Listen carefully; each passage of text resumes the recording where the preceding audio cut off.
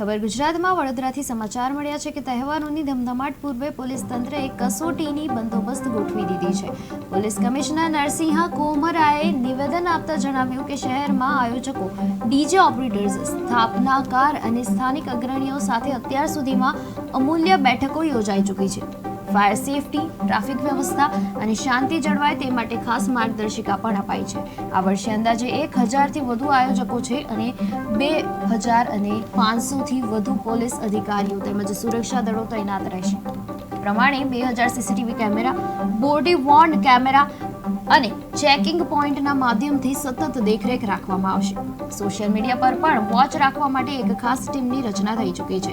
Police કમિશનરે જણાવ્યું છે કે સંવેદનશીલ વિસ્તારોમાં ધાબા પોઈન્ટ, ફ્રૂટ પેટ્રોલિંગ અને અસામાજિક તત્વો પર નજર સાથે કડક કાર્યવાહી પણ હાથ ધરવામાં આવશે। શહેરના તમામ નાગરિકોને શાંતિપૂર્ણ અને સુરક્ષિત તહેવારની ઉજવણી કરવા માટે અનુરોધ કરવામાં આવ્યો છે। વડોદરા પોલીસનો આ સરસ મજાનો એક નવો મેસેજ છે કે તહેવારો માટે એ લોકો સજ્જ છે અને એ લોકોએ આ વખતે ખૂબ જ તૈયારી રાખી છે અને તૈયારીમાં એ લોકોએ બોડી વોર્ન કેમેરાથી લઈને સીસીટીવી કેમેરાઝને બધી જ તૈયારીઓ સાથે એ લોકો સજ્જ છે। આ વખતે જ્યારે ગણેશ ચતુર્થીનો પર્વ છે ત્યારે એ લોકો કહી રહ્યા છે કે એ લોકો પૂરેપૂરી તૈયારી સાથે સજ્જ છે અને વડોદરા તો શું પણ બધા જ સિટીઝમાં આ વસ્તુને ધ્યાનમાં રાખવી જોઈએ અને પોલીસે આ વસ્તુ ધ્યાનમાં રાખવી જોઈએ કે બધો જ બંદોબસ્ત જે છે એ કડક હોવો જોઈએ અને સીસીટીવી કેમેરા પણ ત્યાં હાજર હોવા જોઈએ જેથી કરીને કોઈ અસામાજિક તત્વો કોઈ ગુનો ના કરી શકે।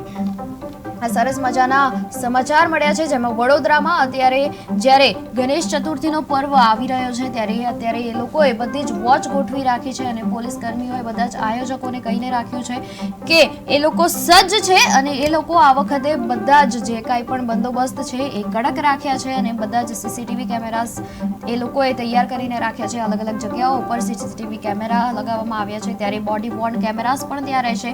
એની જ સાથે સોશિયલ મીડિયામાં પણ વોચ રાખવા માટે અત્યારે પોલીસની જે ટીમ છે એ તૈનાત થઈ ગઈ છે અને બધી જ રીતે કોઈ તરફથી કોઈ પણ ગુનો ના નોંધાય એવી બધી જ અત્યારે તૈયારીઓ શરૂ કરવામાં આવી છે।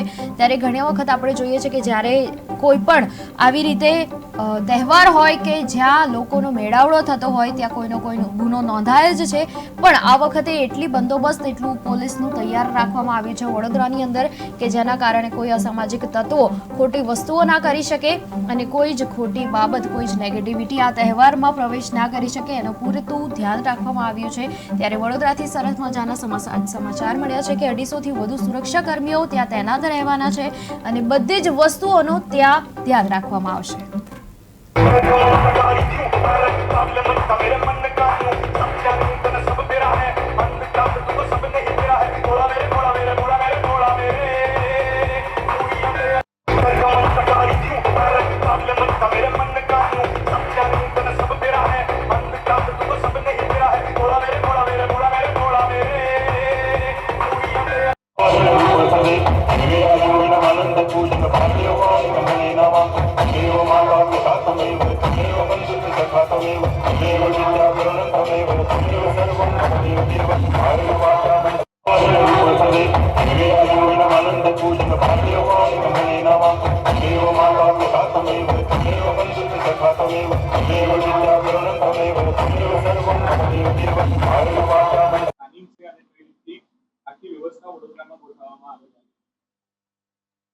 આવતીકાલથી ગણેશ ચતુર્થીના ઉજવણી શરૂ થનાર છે।